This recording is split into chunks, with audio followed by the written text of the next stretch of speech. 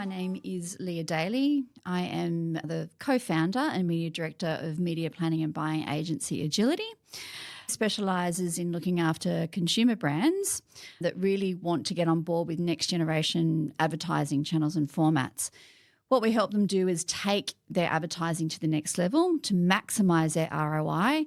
So we specialise in a more holistic approach to advertising that encompasses AI-fueled media buying, data-driven creative, and an advanced approach to insights and analytics, so helping brands really understand what's working and what's not. Over to you, David. Hello, my name's David Flanagan, Director of Strategy and Creative at Producible. And we find ourselves at the intersection of creativity and productivity, hence the name Producible, a full-service creative production agency. So we're in the business of creating campaigns and video content for our clients. Hi, David. Hello. Thank you for joining me today. Pleasure. Here we go again. It's our second podcast. This is cool. Yeah. So today we're here to talk about the benefits and the bullshit of AI. Okay, so small topic. Small topic. Small topic. Vaguely heard of it. Yep. Yes, there's been a lot of talk in the last couple of years, and I think it's since the days of, or the arrival of ChatGPT. Yeah.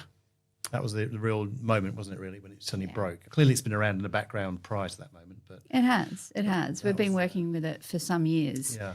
But it was also for many years referred to as machine learning. And I wanted to talk to you a bit about that, some of the myths behind that, machine learning and AI. And is it the same or is it different? And can I throw into that as well what automation and systemization, so automatic services, that's something different as well, right? It's a good question. So it really depends what sort of AI we're talking about. Yeah. But if it's specifically advertising and media buying, automation is part of the AI. Yes. So when it becomes artificial intelligence, that's when the automation comes in. Right. But yeah, I'd like to go through that in a minute. I thought maybe just for our listeners that want to stick around, what can they learn from today's podcast? What do we want to talk about? Obviously the benefits, we want to give them the benefits of actually using AI in their advertising and marketing. But also we need to call out some of the bullshit as well, like what people have been, the myths around AI, what it is, what it can do for your business, what it can't do for your business. Let's talk about everything. I love that as well because I have to say I'm a fan. I'm a business romantic when it comes down to these types of things and look for the glass half full version of the scenario. And we're using it in ways which I'm seeing some benefits, but there are absolute cracks in the whole veneer. It's not infallible. It's got a degree of bullshit that comes with it, I think. So it'd be great to just point out what they are. But I still think it's a tool which we are obviously going to be using more and more of. That's right. That's right. Leah, the topic of AI, we're going to kick it around into the notion of the benefits and the bullshit that comes in this great conundrum. Tell me, what's your take on AI specifically in relation to media and advertising? Yeah, sure. I'll start off with what is it? What is AI in media planning and buying? How does it work in advertising? So I always like to think of it as it's like having your own super smart, super efficient assistant who's always working to optimize your opportunity. I was thinking exactly the same analogy. Cool. Of a highly enthusiastic, resilient. Yes. Because you keep asking the various questions again and again. But yeah, I love it that your own personal PA, almost aged teenager, that abundance of enthusiasm of yes and come back with an answer. But I find that the teen brain is that sort of level of development. So what I find when the AI returns with the answer, it's not quite the full answer. There's always a degree of checking that needs to be done. I think the adult, the human is still vital in using this teen PA device. That's how I characterize it as well. Yeah. No, that's really clever. And to take it a step further, I suppose in my lane, which is media planning and buying, it's the AI is matching the right consumer on the right channel with the right creative at just the right time to maximize that opportunity. And it's done in a time efficient way and a very cost efficient way. So that's what it delivers. It delivers speed, which it takes a while to learn, and I'd like to go through that in a second on the different stages of getting to AI. Because that's critical, right? That it is. First step of training the brain, if that's the phrase, but making sure that AI is using the right framework and context in order to perform what you described there of delivering creative assets to the right target in the right channel with the right price attached. Exactly. So there's a bit of training then at the beginning. Yeah, there is. And I think, well, just on that, we might as well go to the myths now if you want. What I'm finding is marketers might say, look, we want to activate AI. How do we switch it on? And I think that's probably the first where you're going through, I suppose, the explanation of, okay, this is what you were doing, this is where we can get to, but there's a lot in between. So it's not necessarily about switching on AI. It's more about how do we develop AI for your business. So that comes in quite a few different stages. Because really you need to know what your business is firstly. Would that be right? Or I can see a role for AI to help me refine my business plan. So be an input for the AI piece there to help me develop my framework. But AI is not going to do that for me. No, we need to feed it. And I suppose marketers have probably heard 1,000 times now, it's as good as the data that you give it. The prompting piece, right? And so let's run through, if you're open to running through, like the different stages when it comes to advertising, paid advertising. Because it's definitely not a plug and play. It really isn't. It can get to that stage, but there's quite a few stages before that. You've got to develop it right to get to that moment. So the first thing is data collection. And that's where the platforms that we all use, Meta, for example, the social platforms, TikTok, there's most brands using those platforms and have been for many years, and programmatic. So all these platforms use big data analysis to predict outcomes. And then once it gets to that stage, then it becomes AI. So a lot of brands have been using AI for many years, but as most ambitious marketers know, it takes a while to get there, and you've got to be auditing along the process as well. So the question of data that you raised there, that's key, isn't it? So it's got to be trustworthy, clean data. First, was it proprietary, owned, or first-person data? We're certainly moving into the era where the whole privacy sandbox is becoming more important. Yeah. So data collection needs to be cleaner. But I think first and foremost, brands need to understand that they need to collect more data in smarter ways. That's in safe ways as well, presumably, because then there's a risk then on that company who's acquiring all this data. They keep it secure so they don't get hacked. Exactly, right. But also the data collection, mentioning that they have real-time live data. So that's really what advertisers are accessing. So that's why they need to use the platforms.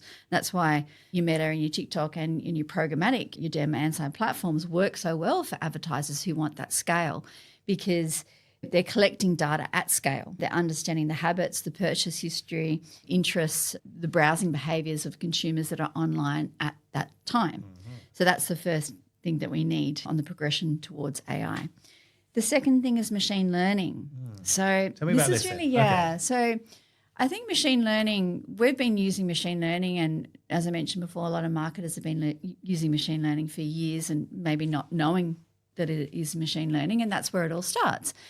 And that's where the machine starts to actually find trends in data, putting patterns together and making what we call algorithms. No one really knows what an algorithm is, and Google's and Facebook's never going to tell us because that's their IP. But it starts with basically matching data sets and making those patterns of data to understand basically what the consumer's doing. And that's the key, isn't it? The pattern, the thing. When you're crunching when you're talking big data or anything that's more than a handful, it comes to my mind fairly big. But that's when you start to notice the trends and the patterns. Yeah. The patterns are what really useful for us as creatives and as marketers is how does our brand fit into that pattern? Is it congruent with that pattern, in which case then it uses it, or is it anti that pattern and it stands out for a different reason, or you use it in different ways? Yeah. So that's so the machine learning can just crunch big numbers of data to then present that back to us. Yeah. And then the second part of machine learning, once it becomes a bit mature, and a lot of people ask, okay, how long does it take? Really depends on how many ad formats you're running, what platforms you're running on, what your goals are, and it does come down sometimes to budget as well. So if you've got a larger budget and you're running more ad formats, you're going to be reaching more people. And then we get to the stage of predictive audiences, and what we call predictive audiences. It's more of a common term now in understanding, okay, we know if we spend this much on this channel, this is the likely outcome. Yeah, so we reach that point with machine learning. Yeah. So that's been occurring already. So that's in market. Has for many years course too. Of business. Yeah. And what does a best example of that working effectively look like? So if I'm a marketer considering using this approach or to invest in that, do I replace what I'm currently doing and shift into this model? And if it works a dream, what should I expect to see as a result of what you just described? It's different for different clients. So giving it, like say e-commerce. Say an e-commerce brand wants to decrease the cost to acquire a client online, a customer online, a purchase online. Yep. Then that's where the predictive algorithms are going to come in. So we're going to start to understand, okay, this is how we need to shift budgets for the desired outcome. Right. So say, for example, they were at an ECPA, a cost per acquisition of $20, and they wanted to come down to 15. Now, we don't know how long that's going to take, but predictive analysis and running through these big data machines like programmatic will give us an answer probably within a few weeks. So we understand, but we've got to be optimizing in that realm as well. We can't, it's just not, as I said, it's not just plug and play. Can't just flick that switch and say, bring it from 20 to 15. It's not the way it works. And that's another myth. And that's the biggest opportunity, I think, in AI. That's the biggest one. So when you get to that stage where the predictive analysis comes in, then it's what you do with that data and how you're learning from it that takes your brand to the next level. Gotcha. Yeah. I suppose to further on from where the machine learning, the predictive analysis, so that e-commerce brand can now start to understand, okay, I might need to spend a little bit more on this channel and combine this channel over here to get the results that I need, because I know I need this much traffic to these pages to deliver this click-through rate to deliver this outcome. Right. Even though it might sound a little bit complex, it's actually quite simple once you actually understand your own algorithms in the background, because we can see our own patterns starting to form. And who's observing those patterns? Is that a human involved in that analysis? Definitely. It's not, machine isn't deciding it needs to upweight an investment here to go. Not at this stage. Okay. Yeah. And so then if we go forward a little bit, then as we continue on, and this can be months of learning of predicting other algorithms coming in, then we start to go into another formation called deep learning. And that's an advanced form of machine learning. So that's where the artificial neural networks start to understand more complex patterns of data. Yeah, and that's where I suppose you've got these bigger platforms like your Google marketing platform, where you've got so many different channels feeding in. And all the advertiser wants is they want, obviously, say an increase in sales, increase in qualified subscribers, whatever their goal is, they want to understand how to do that. What's the recipe to doing that? So if they're running, say, even connected TV, they're running digital out of home, they're feeding in their Facebook and Instagram, there's their search, everything's coming together. They're wanting to understand what sort of media mix is giving me the best and the highest return on investment. So this is where we go into the deep learning. And then that's linked with measurement then. So it's very clearly it is pointing out which of the channels are performing to the optimized or closer to optimized. That's it, yeah. So I know that measurement's a big thing of yours. I remember from when we last spoke that it is. The measure is a big thing, right? It's huge. It and, is. And that's then, it's hardwired into this process. Big time. But also deep learning can start to understand even emotions in images. I was wondering when it starts to get that sort of level of nuance. Yeah, it can start to understand that with enough data, yeah. And depending on what channels and formats you're running as well, and also the technology platform. So there's a lot of different variables, but it can start to understand emotions within the images, not necessarily the emotions on the consumer side yet. Mm-hmm. Yeah, let's just hold that there. And then also the context. Yeah, of what people are actually browsing, what they're clicking on. Yeah, because so it starts to understand that context as well. And any broader macro context, such as the weather. It's bitterly cold. Yeah, that's it. Does that feed into if it's relevant to that product, and people, right? Weather targeting is amazing. Like it can if you're going to switch that on, okay, I only serve my audience's ads on a day that's below 10 degrees because I'm going to be selling more puffer jackets then. Yeah. That might work for some brands and it might not work for others. Just because it's below 10 degrees, you might not be. You might be more on the wholesale end of selling that and to the customers, to the end consumer, and they're going to be buying before the weather gets cold, so that might not work. Yeah. But if you want to try it, the AI will tell you pretty quickly if that's worked. And that would be localized as well, presumably. So then let's say it's warm in the northern states. So that messaging wouldn't be delivered up there because the temperature hasn't gotten to that point. So you're not wasting inventory going to a market which are never going to buy anything wintry and they'll never need it.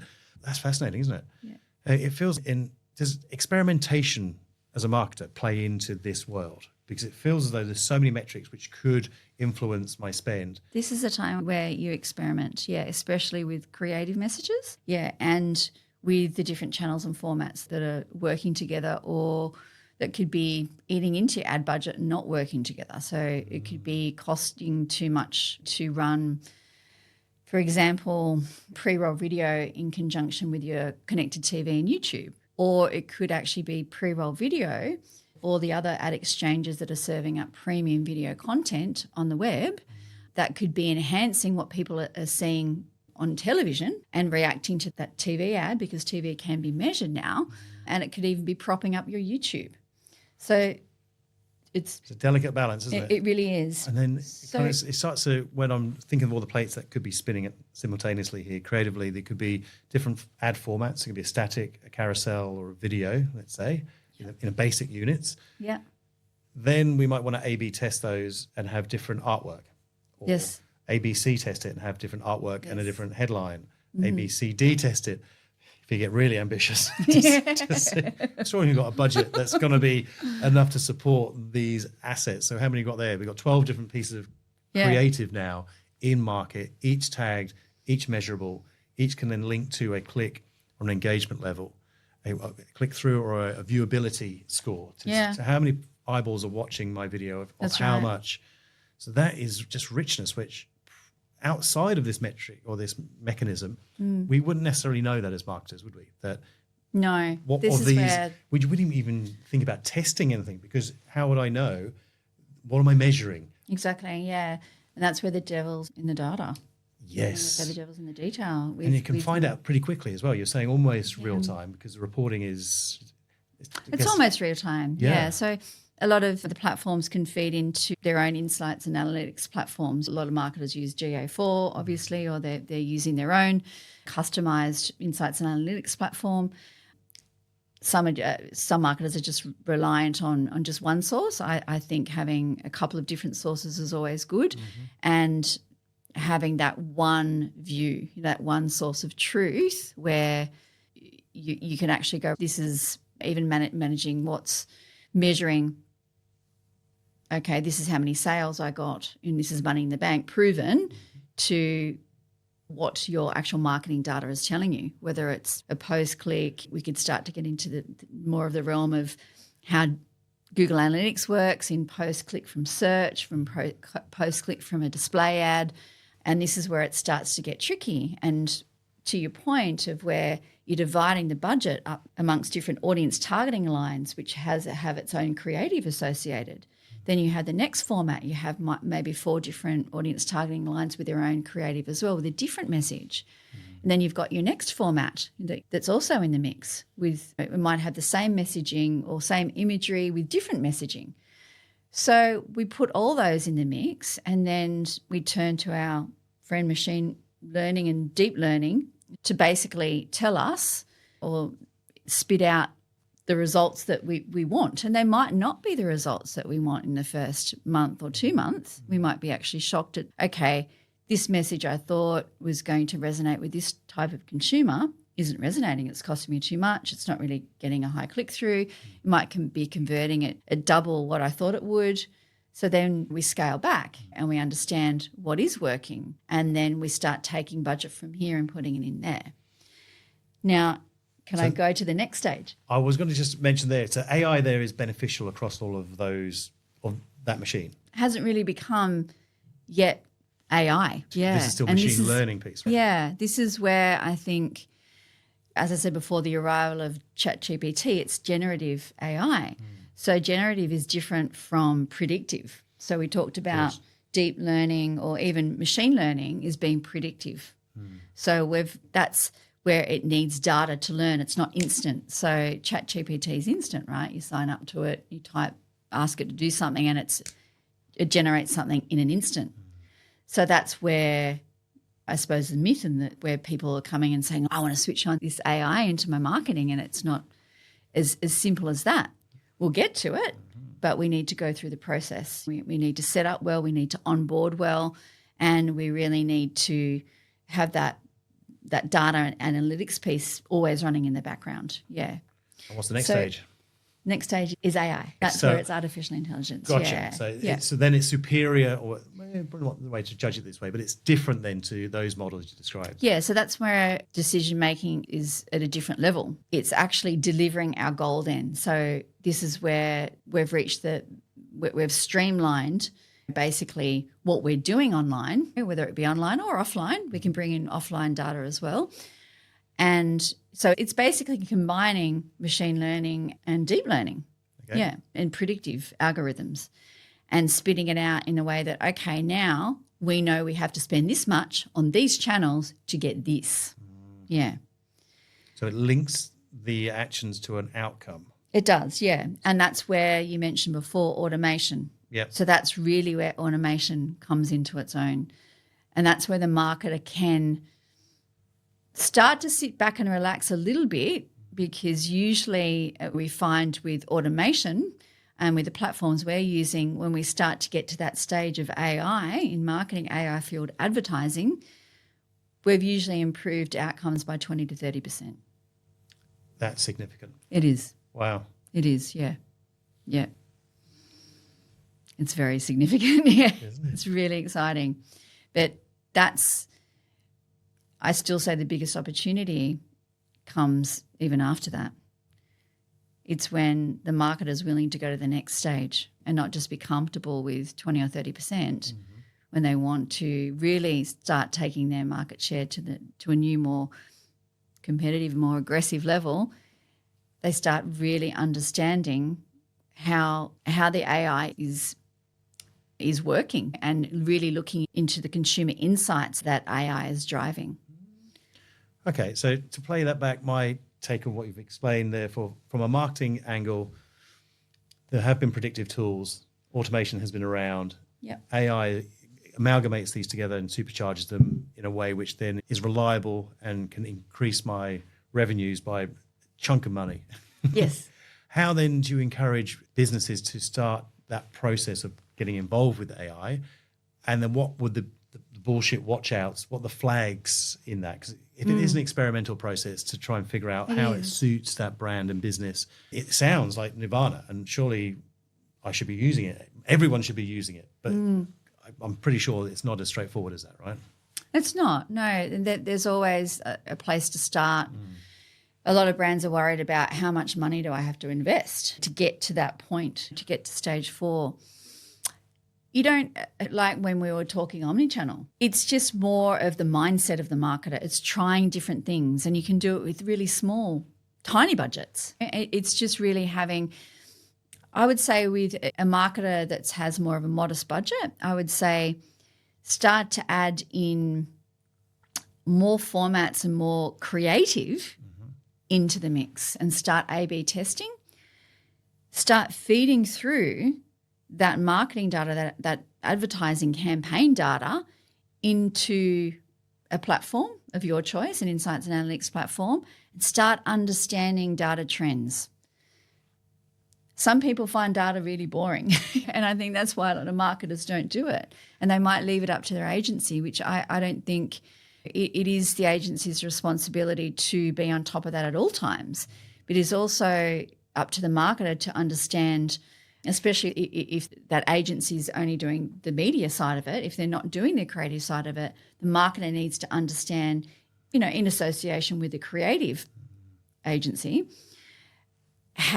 what marketing messages are resonating in market. So that's a really good place to start, matching the even just as far as, wow, that ad format, that carousel from as simple as running on Facebook and Instagram got a really high click-through rate.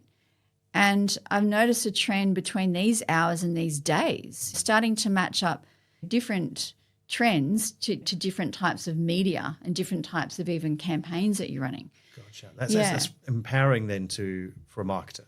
Being that person who can use a dashboard and be brave enough to ask the agency to explain what the dashboard looks like and what the metrics really mean. Yeah, exactly. And I've had that many a time, so just clarify that I'm understanding the numbers that are presented. But then once that's clear, then suddenly it's a whole new jigsaw puzzle to enjoy. And it is a game changer. Entirely. Yeah, and you can even there's platforms out there you can build really cool widgets. So it's not just graphs of information. You can build pie charts. You can build things that you can actually even come out at you, 3D graphs. I don't even know what all the widgets are called, but they look pretty cool when you can build them in even your brand colors. And you got identify different trends, different decreases. Say your click-through rate's decreased and you've logged in, you can actually even get warnings, color warnings of, okay, this channel, this ad format was performing really well for the last 2 weeks, has now dropped. Why do we need to put more budget into this ad format that's performing really well so we can generate more impressions, so the technology can serve more impressions to get us back up to the click-through rate. So that's exciting. That's so exciting because I've got some degree of control. When things are made and published, they're often out and they're doing a job, but beyond my control because I don't know how they're performing. The viewership might come back once Oztam tell me what the audience size was, but there's nothing to done there because it's happened already. Yeah. So now I do love the fact that it can be adjusted. And I do love the idea of using benchmarks to help at least know what should I expect from this approach. And if the AI generates this for me and sets my benchmark, I can then judge this. Is it below or exceeding this benchmark? That's pretty cool as a marketer. And you set your own benchmarks. Yeah. And often marketers, it's actually a really good point. Often marketers will ask us, what sort of click-through rate should we be getting? What type of numbers traffic to our website should we expect? We won't know. We need to set our own benchmarks, and that's the starting point. And if we're monitoring the performance and optimizing that performance, we're going to get there faster. Yeah. So that's another. I suppose that brings me on to another myth: is set and forget. A lot of people think that AI. You can't do that? No. Oh, Leah, I wanted to set and forget. Definitely I want to be able to go, okay, it's so complicated. I've set my plan in place. Can't I just let the bot do what it needs to do? Not if you want to drive real success. What is about a little bit of success? Yeah. Oh, yeah, you can, yeah. You've got to do that bit. Once you get to this stage, but that takes a little while. So you've got to earn that piece. Okay. Yeah. It's fun along the way because you start to understand and get these consumer insights. That's exhausting. That exhausting? You've never. No, it's not. It's exciting. Yeah, because it's exciting because in the long run, where we can do so many different iterations of creative that are going to be on the mark more. That bit that is exciting. So if I work through 10, 12 executions, get to the 2, 3 which are performing better than those guys. Yeah. If that's the clue to then inform the next direction of creative, then that's fantastic. I'm into that. It's just when I've got 10 different assets running continually and my head's exploding because there's a variant across all of them. What is really working at this moment in time in the market? So that's the bit which feels exhausting to think, wow, okay, I want to try and get to a stage where not totally set and forget, but get to a point where the machine has got a cadence and a rhythm. Yeah, where it really starts to get into that AI phase where the automation kicks in. Yes. But you don't ever want to leave it there, right? You want to keep improving, and that's where I suppose you can start to be more risk averse. If I've got a certainty of always on, these level of comms will deliver a fairly well-defined outcome. That's cool. That's right. If that then frees up the ability to do spike work, so things which are above and beyond this level of activities, then I'm in for that because this is quite draining if you're doing it fresh all the time and not really knowing what's not working. But if you can tune it to a point and still maintain and Tune tweak, it. Yes. tune. Yes. Much like a new coffee making machine when you're tuning it and Yeah. fixing that in. That makes sense. But yeah, if it allows them bandwidth to jump and punch above and do a quarterly, an annually, something else in and around it, because then I'd love to test the impact that this activity might have on this. Exactly. Does it elevate? Does it enhance? Or is there no correlation between what this is doing and what this is doing? No, there's always correlations. That's the thing. Yeah, yeah. So that's creatively, that's really interesting. That's right. And that's where, if we can even pass the ball to you and start talking about what AI in creative means and how you guys have been using it. Have you been using it? Yeah. The trick is to remember to keep using it in any scenario where you're contemplating, considering, or questioning. And we do that a lot. Yeah, okay. We're in that state. And we're using it, as we said at the start there, as that sort of highly effective PA.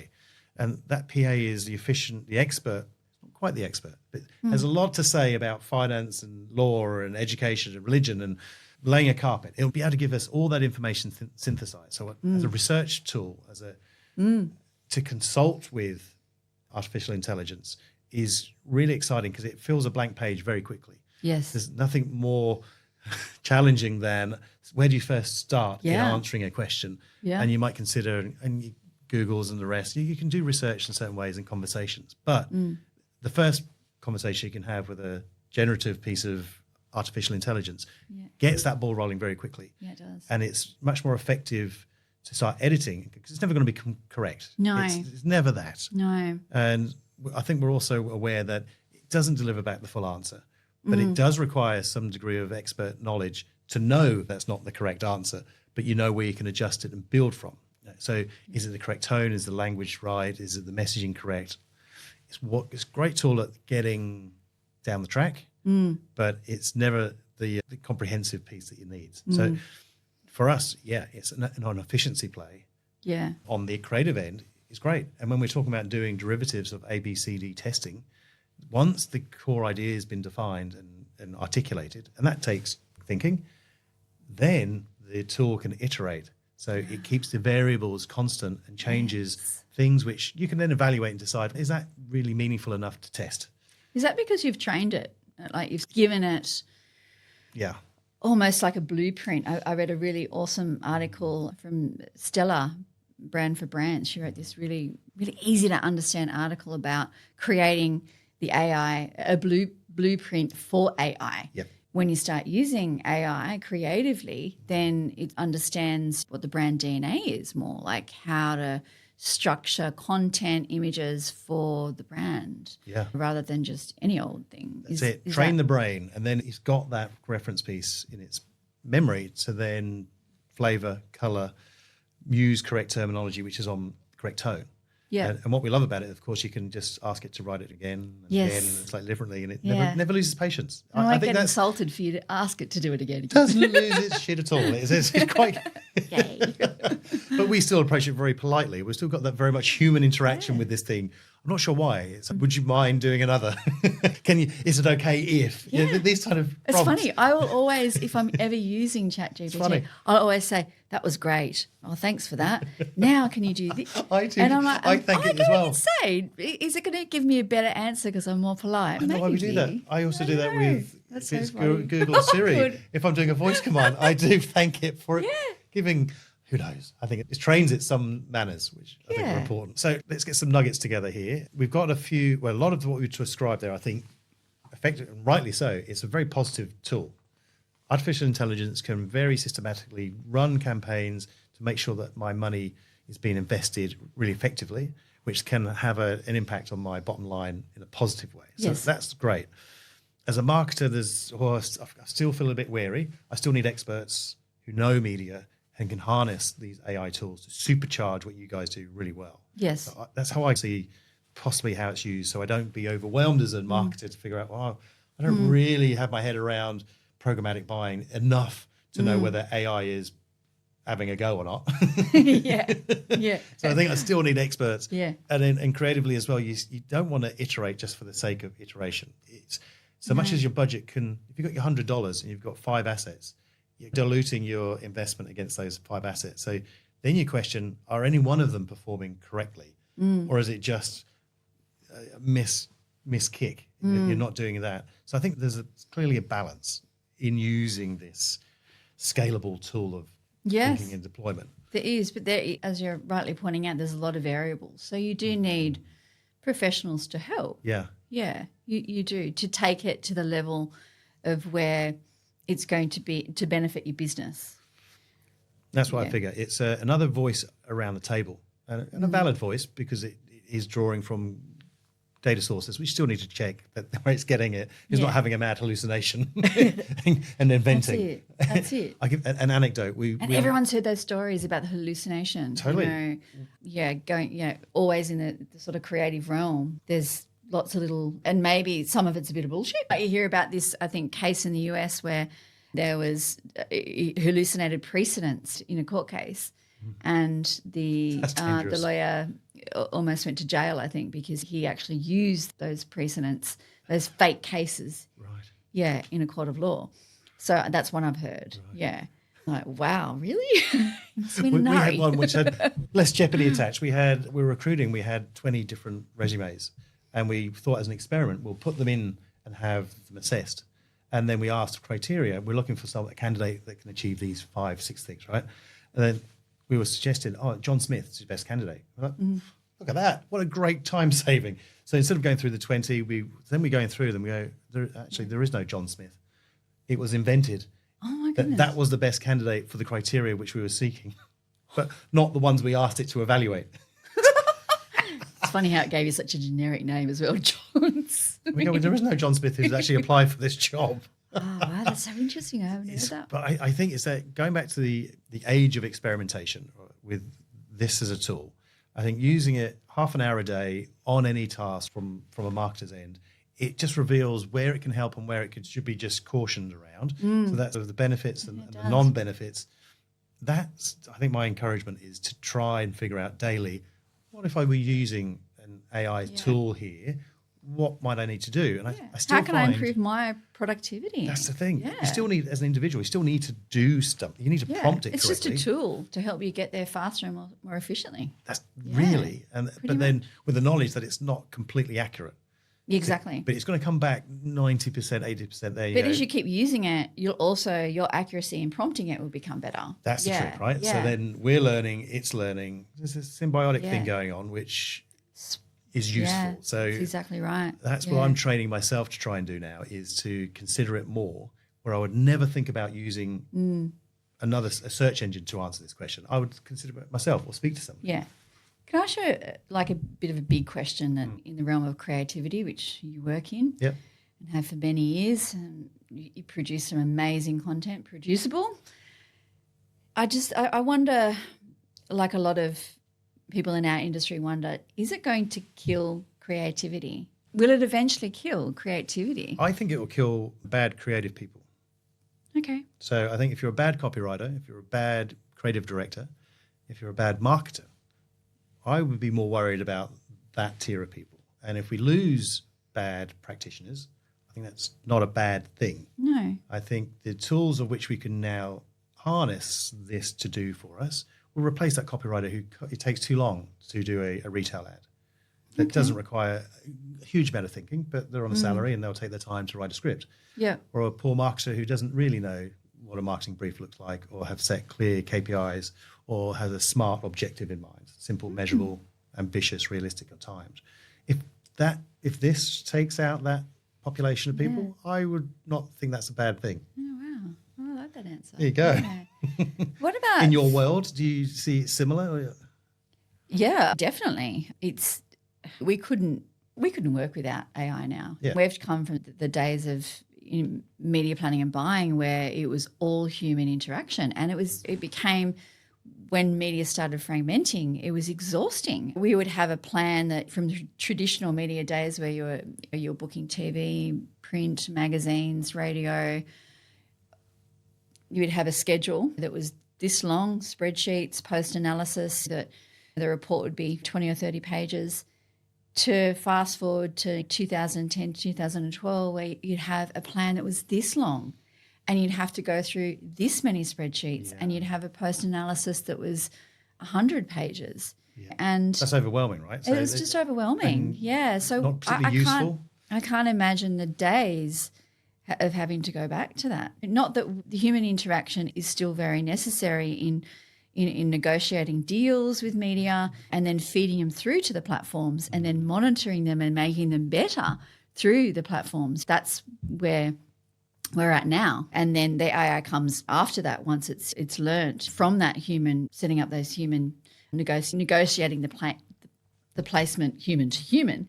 But yeah, I think going back to the days of where brands had to rely on humans to pull out what's actually happened with this campaign and pull out the data, of data it's just not.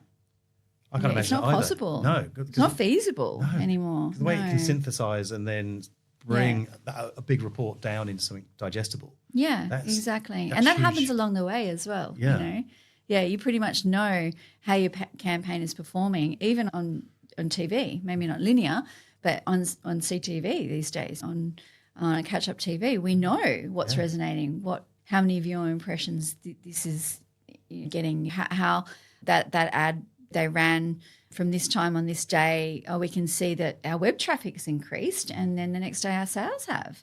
And it's in direct correlation to TV, which also used to happen, and it still does in a big way with linear TV. Mm-hmm. It really does. But we're now learning to bridge that gap. And there was always that big gap.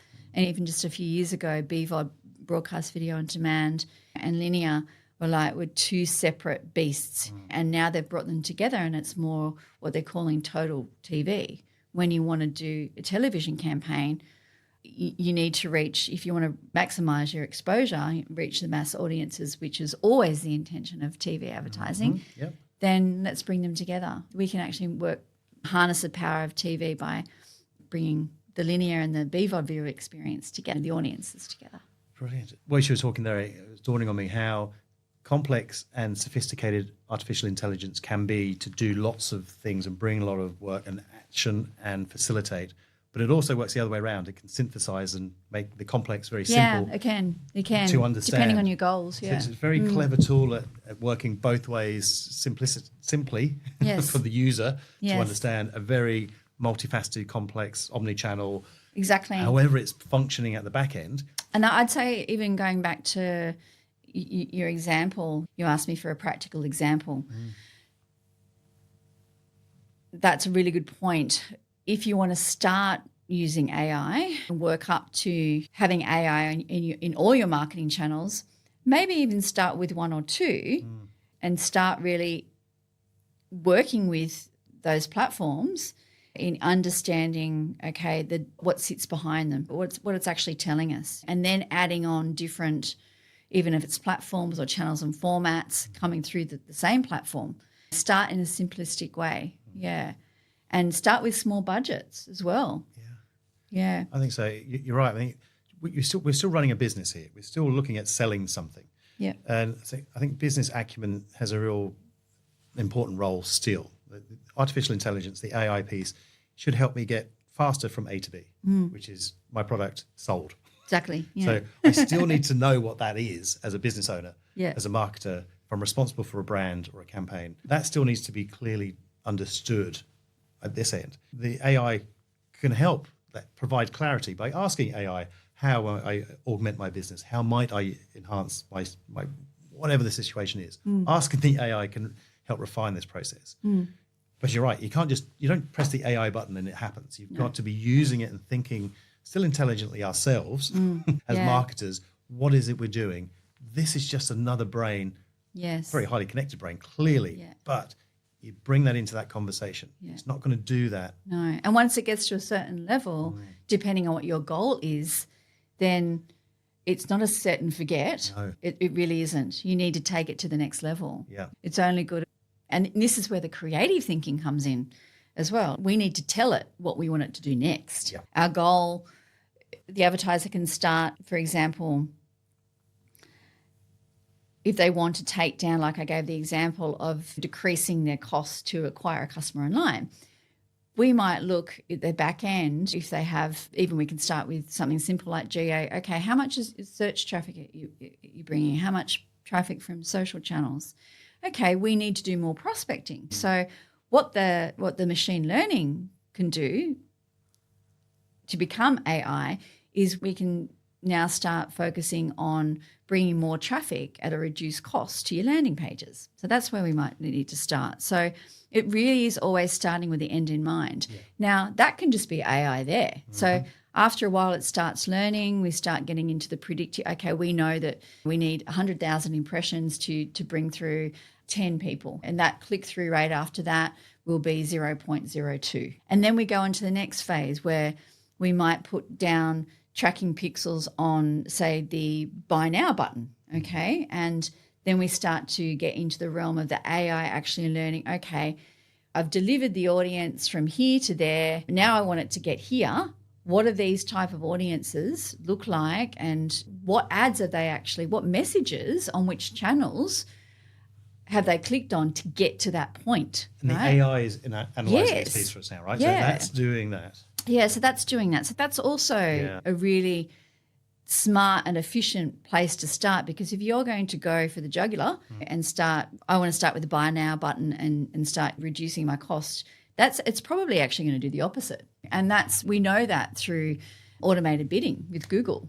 We know that if you start at the wrong place, and it's going to actually skyrocket your cost per acquisition rather than decrease it. Yeah, so it's a step-by-step process, and it's a learning process. And if the marketer can really understand that from the get-go, then the long-term success with AI will be a lot more beneficial to the business. Yeah. Gotcha. Can I ask you another question? Yes. When it comes to creative, do you think that AI will eventually lose consumer confidence from generating images where the consumer knows that's not real? And even there's been some talk recently about AI generating images of people that are not necessarily promoting a brand, so fake influencers, or it even could be, I've heard recently about an influencer that wasn't promoting a brand and was basically represented, and that this had happened. Yeah, that's great. It's a broader challenge beyond advertising. It's more entertainment and news as well. That cascades into. Two thoughts there around deep fakes, if that's fake representation of individuals.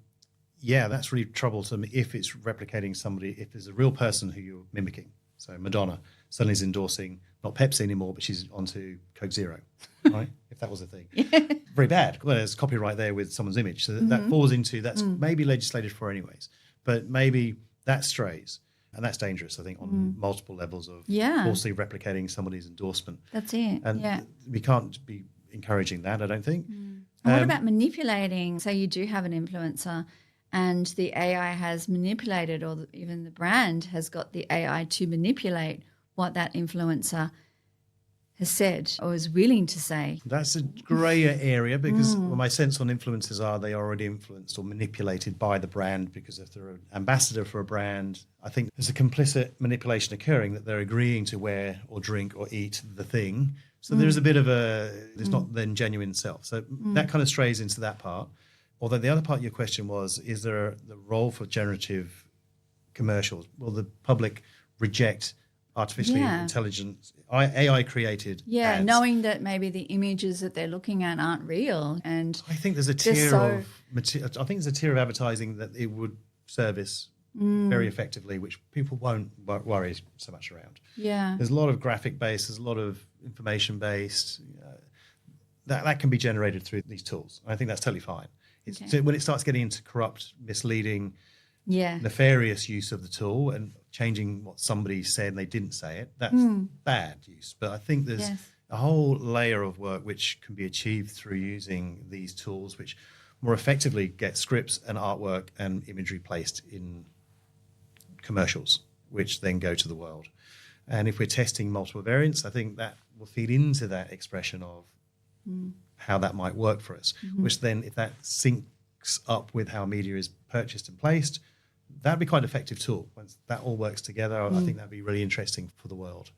Not to say then materials that should produce by a scriptwriter, brought to life by a director, acted beautifully by a talent. There's still an absolute role for that, and maybe that becomes more premiumized. Yes. Maybe that version is that will. material that you can go, wow, that resonated on a different. I had a frequency with this. It touched me emotionally. The question then becomes, how might AI start to trigger our emotions? How well can it actually purport and run an emotion? I think that's where it's going. So I really do. That'd be the space. It might do it better than us. That'll be a worry. That would be a worry, yeah. That would be the worry. So, Leah, I'm keen now to just figure out a tangible application of where AI has really just gone to town and you've had experience with. And I did read recently one of your case studies for Stanford Hotels and Resorts, where there was a phenomenal upkick in ROI to the website. And unless I misread it, it was like 1,200% You read it right. increase. Now, that's a massive number. And if that's correct, can you just explain to me or explain to us, what is this story? Yeah. First off, yes, it is real. Wow. But that was a progression of 8.5 years. Okay. So these are the days where we were using machine learning, and then it started to become better machine learning, which became AI. So, yeah, I loved writing that case study. It was a bit of a long one, wasn't it? And did you write it, or do you have the AI write it? No. I wrote it. I promise I wrote it.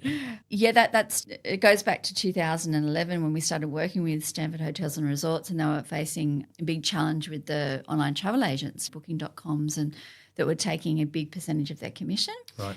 And I suppose direct room revenue and branding in the hotel space was becoming almost ambiguous to the consumer and almost unidentified on many different levels. So people were just booking through these booking engines, and a lot of the profits were going to these booking engines that had never made a hotel bed in their lives. Right. So they were facing that crisis. So they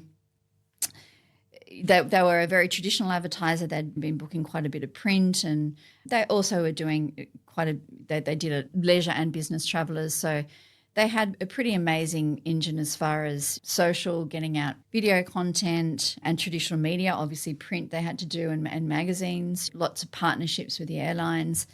But we'd reached a stage, and this is 2011, where it just wasn't cutting it. It was eating into their direct room revenue. We looked at what they were doing, obviously. We decreased the budget from traditional, so we placed that into retargeting. So the start of using platforms.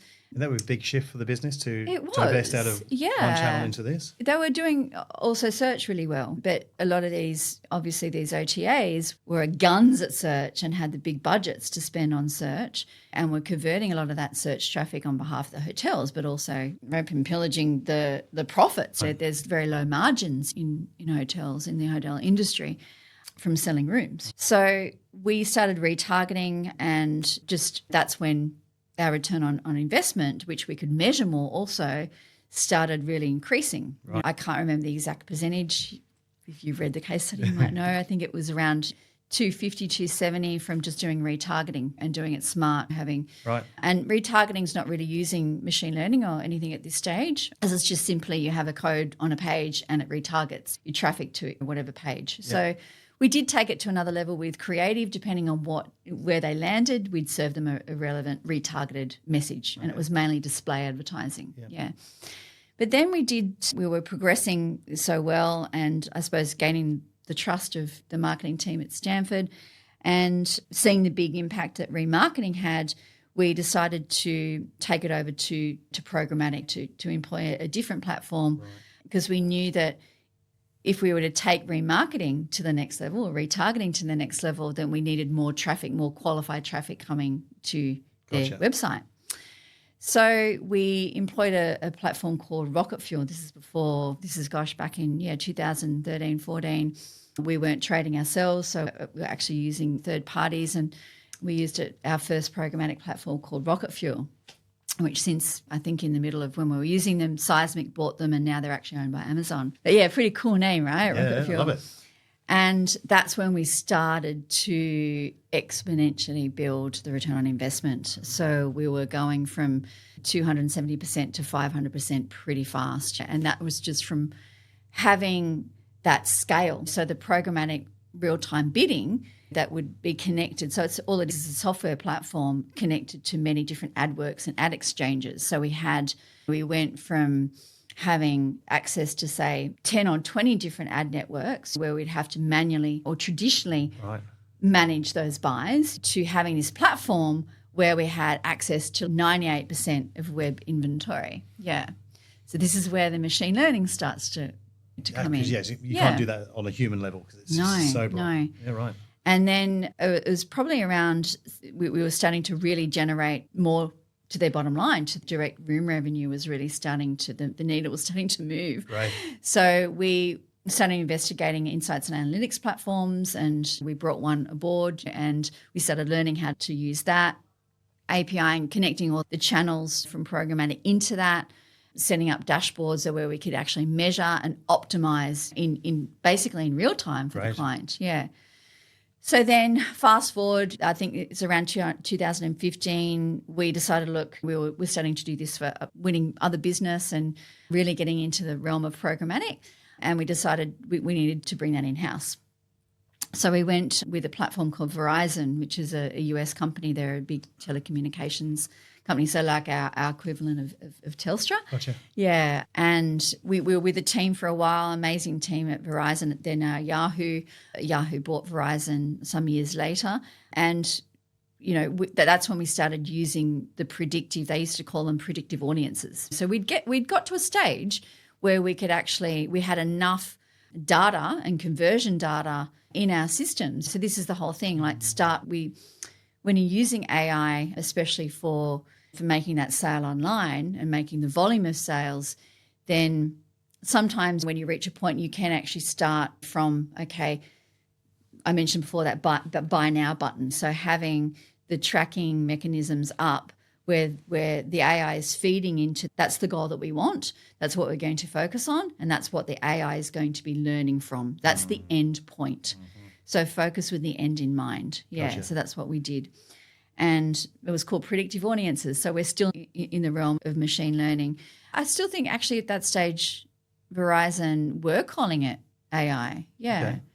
Yeah, they were. And then fast forward another year, and then we were with Google. Yeah, so we became a Google marketing partner platform and took their advertising even to another level. Yeah, so that's where I suppose we started injecting search into that. And that's why, because obviously in Australia especially, you've got Google that owns 97% of the search market. So we were using search algorithms and programmatic display and video algorithms to basically get to that point where we knew exactly how much we needed to spend on each of the channels and together to produce that cost per room conversion for Stanford. When you're talking earlier around it's an iterative, continually manipulated and growing beast of a thing. Yes. That's an excellent example of how that can grow and become more sophisticated, more effective at what it does. But it takes time. It takes time and dedication to spend that long with an organization to get to this great organization of the whole machine. Yeah. Exactly. Wow. Yeah. So ultimately, and this is going towards the end of 2019, just before COVID hit, when we worked with Stanford. So it was a good sort of 9.5 years. And we reached the point of their direct room revenue was now nearly up around, I think, 25 to 30%, where it was a lot less than that when we started. Awesome. Remember that? Yeah. So that's a really big success story for us. And it really, I loved putting that together because it really emphasizes the whole evolution of digital marketing and where AI comes into it. Yeah. That's awesome. Yeah. As always, there's so much ground we've covered in that conversation. I'm just reflecting on where we've been, and we've touched upon the whole piece of automation through to AI and how it turbocharges the use of rocket fuel. I think we've talked about how it can really just amplify. I really love the fact that AI can manage really highly complicated functions for us, but it also at the same time simplifies it. So as a user level, I get to see from a dashboard what's working, what's not. And creatively, it then opens up the potential to A/B test and A/B/C/D test if you're so ambitious and have budget to do a lot of work. So for me, I'm still very much got to keep practicing, got to keep experimenting with this tool to make sure that we're using the best of it. And also mindful that it's never quite completely the full answer in any response. Nor should we think it would be either. That's my take on. Leah, how did you find today's session? Yeah, it was fantastic. I love getting your opinion, especially because you're always hands-on. You really know how your team and you personally are using AI. And I really did want to hear that it's the future of creativity and that it's not going to necessarily disrupt your industry to the point where we won't need creatives anymore. It's actually going to enhance the good creatives. I loved that. I think that was really cool.